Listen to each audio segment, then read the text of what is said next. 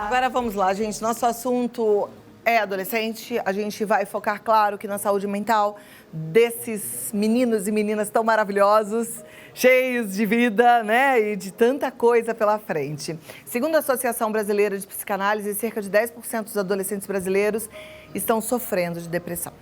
Esse é um número que até me arrepiou agora. Falei e fiquei meio em choque.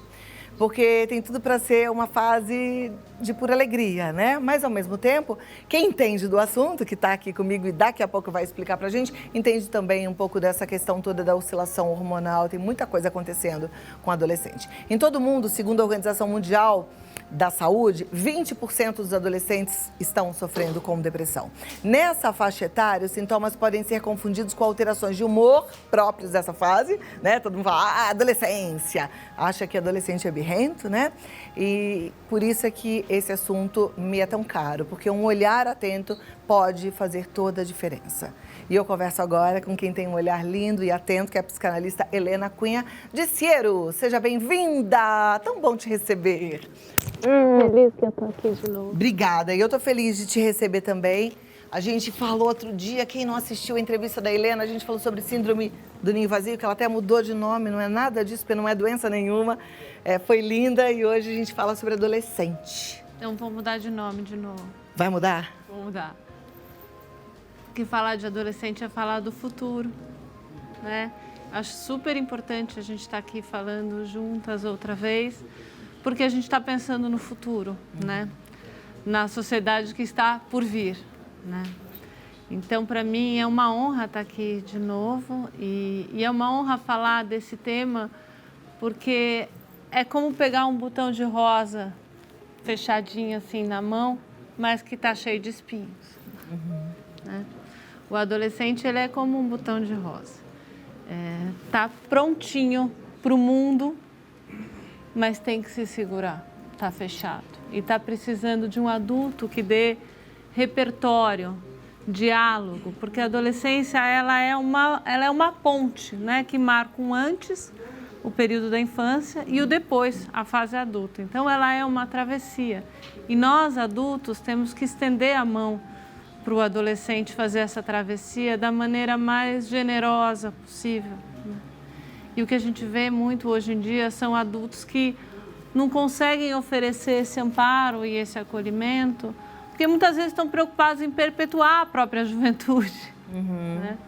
Então, quando a gente fala do adolescente, a gente tem que entender que é um período onde o sujeito está fazendo uma série de lutos. Ele está perdendo o corpo infantil, todo aquele lugar na casa, que ele era o rei, né? A criança, que tudo era feito para ele. Ele esperou muito chegar nesse lugar, que ele finalmente pode sentar na mesa dos adultos. Mas, por outro lado, esse período tem muitas responsabilidades e cobranças. E, apesar disso, apesar do adolescente estar pronto para viver corporalmente, ele tem situações sociais que ele não pode viver tudo, porque mentalmente ele não está pronto. Então, é aí que mora os conflitos. E uma outra coisa que a gente sente também nos adolescentes é que faltam palavras, falta repertório emocional, né, para lidar com toda a angústia que esse período traz, né? Então, eu acho que todo e qualquer diálogo que a gente puder trazer sobre tristeza, sobre depressão, sobre a força das mídias sociais na formação desses indivíduos, como eles estão desamparados, né? Porque eles estão à procura de modelos adultos que possam o ajudar a fazer essa travessia, porque os pais, nesse momento, estão sendo questionados, né? E destruídos em alguns aspectos, né? Nada do que a mãe fala está certo, tudo que o pai fala está errado, porque eles estão à procura dessa afirmação do eu, né? Então, é difícil para os pais também viver esse momento sem viver a dor que é a perda também daquela criança, né? Mas, ao mesmo tempo, é receber esse adulto com afeto, com amparo, com palavra, com acolhimento, não é verdade? A gente tem que se reinventar. Muitas despedidas, né? Para pais e para filhos. Eu me lembro das minhas questões quando os meus filhos eram adolescentes e eu tinha uma terapeuta muito generosa. Esther, um beijo para ela, volta e me assiste ao programa. E ela falava para mim, Clau, é tão importante esses questionamentos do Gabriel, esses questionamentos da Carolina, porque eles precisam encontrar eles mesmos, né? Então eles têm que... E eu falava, isso me acalmava um pouco. Eu falava, então tá, porque eu ficava em choque, né? Como assim? Eu era tudo para eles e agora eu já não sirvo mais tanto, né? Porque os pais da infância são os heróis da criança, mas o adolescente, ele precisa aposentar esses heróis. Agora, encontrar o equilíbrio é difícil pra gente, Helena, porque como compreender esse adolescente sem ser condescendente, né? Sem perder as estribeiras, sem deixar de colocar limite? Eu acho que a gente tem que sempre lembrar que nós somos os adultos da casa. Embora o adolescente pareça um adulto, na verdade ele é uma Ferrari com motor de Fusca. Porque internamente ele é uma criança frágil, eles estão em tinta fresca. Eles precisam do limite do adulto em muitos aspectos, mas também eles vão transgredir. Porque a adolescência tem como marca a transgressão, o movimento, a impulsividade. E é importante isso para eles? É muito importante, porque é aí que eles vão também testando o mundo lá fora. Né? Então, um pouco, eu acho que a gente acompanha, assim, acompanha com uma presença viva, constante, mas também sabendo que eles não vão acertar o tempo todo, porque filho não é vitrine. Filho não é uma extensão do nosso desejo. Né? E para isso a gente tem que entender que de alguma maneira o percurso deles muitas vezes vai ser muito diferente do que a gente fez ou do que a gente gostaria que tivesse sido feito. É um exercício, né? O Freud fala que os pais veem o filho como extensão narcísica, né? E é verdade, mas assim, em algum momento o filho deixa de ser um pedaço da mãe ou do pai para se tornar a si mesmo, nunca dispensando a figura de pai e mãe, que são essenciais e que vão estar sempre lá. Né? É isso que você disse no começo do programa, né? Agora eu não sou mais a mãe, eu sou a avó, mas a gente está sempre em transformação e os nossos filhos também, o papel deles dentro da gente está sempre se transformando, né? E é muito lindo como eles vão nos ensinando sobre a importância da gente se adaptar, porque o crescimento, ele se dá assim, né? Você está adaptada com aquela criancinha pequenininha em casa, de repente, puf, ele é aquele adolescente que está se adaptando com aquela voz que está mudando, com os pelos, com as espinhas. Tudo aquilo é muito difícil para ele, porque são lutos que ele está fazendo, não é verdade? Eu imagino que seja mesmo. Você já passou por isso? Eu já passei por isso. Eu tive poucas questões. Até eu me lembro como se fosse ontem, quando eu quis fazer um draminha, minha mãe falou, epa, pode parar. Ela me deu, chega pra lá, e eu falei, não tem espaço para essa tristeza. Aí eu arranjei outros caminhos. Não sei se isso foi bom, acho que foi. Para mim deu certo, né? Mas cada caso é um caso e eu quero falar um pouquinho sobre isso. Sobre essa tristeza e como é que a gente se comporta em relação à tristeza dos filhos. Tem histórias muito tristes e eu presenciei uma história muito recente de um menino de 15 anos, coisa mais linda, que simplesmente desistiu da vida, né? E a família está sofrendo muito por conta disso, obviamente.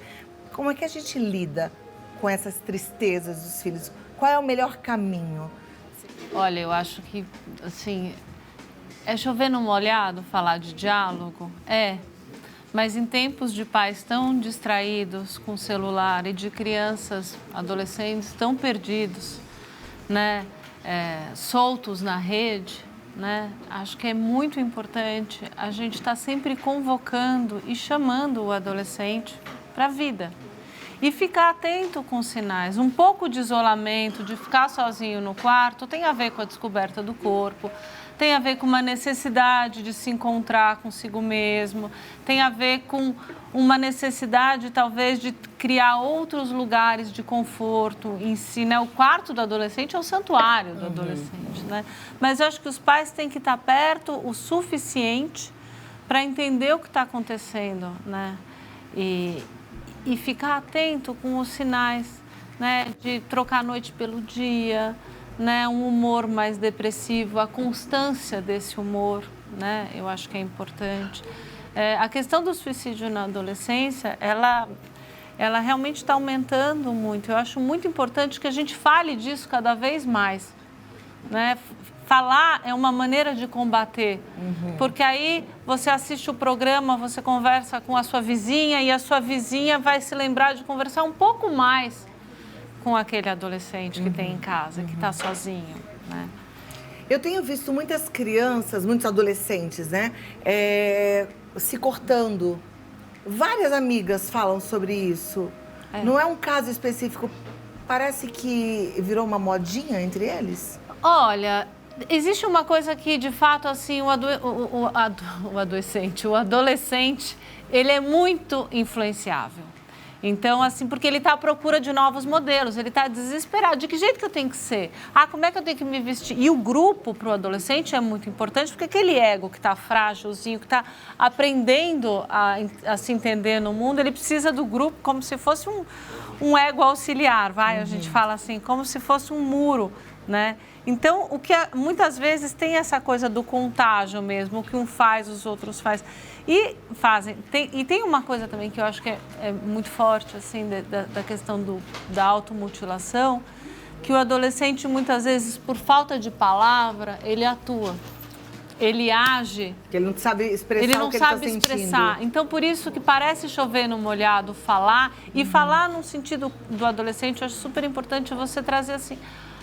quando eu me apaixonei a primeira vez, eu sofri muito. Ou, eu também não era satisfeito com isso no meu corpo. Por quê? Porque quando você se oferece, não como o adulto que deu certo, e sim como um adolescente que já sofreu, que já sentiu, que já fracassou, que já se frustrou, você está dizendo para o seu filho, pode conversar comigo. Isso que você me falou me lembrou até daquilo que a gente aprendeu com a Super Nani na televisão, que ela ia falar com uma criança, ela baixava no lugar da criança. Exato. Então, se a gente fala das nossas dores, a gente faz essa ponte de igual para igual com o adolescente. Exato. A gente oferece para o adolescente um lugar de conforto e não de um adulto que está ali julgando. Isso está certo, isso está errado. Você é isso, você é aquilo. Porque se o adolescente te vê como um juiz ou um policial, ele não vai chegar em você quando ele está precisando. É só você se lembrar quem foi o adulto que te ofereceu um colo na sua adolescência para você pensar o tipo de figura adulta que você quer ser para o seu adolescente. Perfeito. Eu vejo muito no meu consultório como eles são carentes de um adulto que diz, puxa, eu tô aqui do seu lado, me conta. Um adulto genuinamente interessado e não que está ali numa situação de eu vou te dizer de que jeito que você tem que funcionar, porque isso é narcisismo. É eu querer que o meu filho seja minha vitrine da mãe que eu fui. E não o adolescente que ele pode ser, que não vai acertar sempre. Até porque a gente não acertou sempre, né? A gente é gente. Que demais. Esse tipo de conversa é muito importante. Eu espero que você compartilhe com seus amigos. Eu só tenho mais uma questão aqui que eu queria tratar contigo.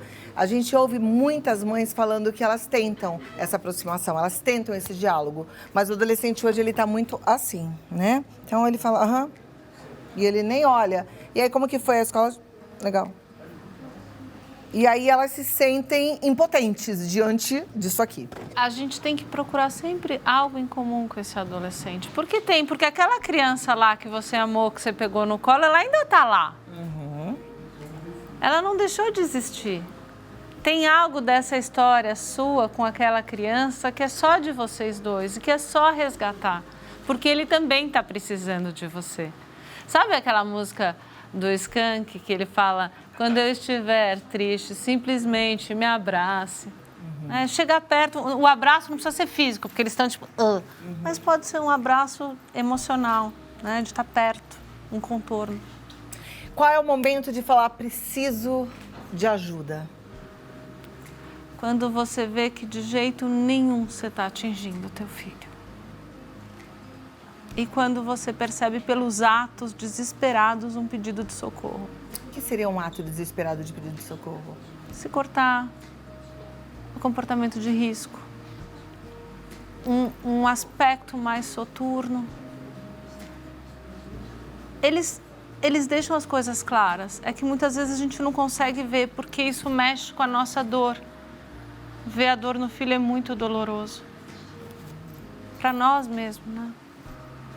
Porque é assumir que sozinho a gente não está dando conta. E tudo bem também. A gente não precisa dar conta de tudo.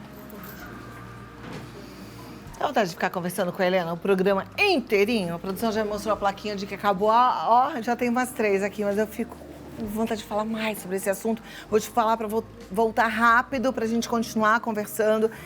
Você sabe que toda segunda-feira aqui eu falo sobre dependência química e a gente fala muito sobre filhos, sobre adolescentes, né? Mas esse é um assunto que nunca esgota. Não, porque a vida não se esgota. E as questões continuam chegando porque a gente está vivo. E se os nossos filhos têm crises, é porque eles estão vivos. Olha, vou te convocar aqui, já em público, para a gente falar desses distúrbios, transtornos, porque agora tem várias nomenclaturas. Então, tem criança que já tem diagnóstico. Esse é bipolar, esse é borderline, esse é compulsivo. A gente pode falar sobre isso da próxima vez? Podemos falar sobre tudo. Trabalho de casa. Precisamos de palavras. O mundo carece de palavras. Maravilha. Eu lembrei de uma coisa que a gente aprendeu uma vez aqui, de um potinho de sentimentos, né? Da gente poder falar, escrever o que a gente sente, né? Legal isso também, praticar com os filhos, para ajudá-los a colocar nome naquilo que eles sentem. Exato. Helena Cunha Diciero, entra lá no Instagram dela, que é o Instantes de Dentro, porque com certeza você não só vai aprender, como também vai se emocionar. E compartilhe esses nossos papos aqui com seus amigos, porque vale a pena, tá? Helena deixou aí pra gente palavras. O mundo precisa de palavras. O mundo precisa Obrigada. de palavras. Um beijo na Kiki, no Cisco. Ela tem 2 filhos que são as coisas mais lindas desse mundo, gente. Também acho. Também não podia ser diferente, né? Uma mãezona dessa. Tchau, Helena.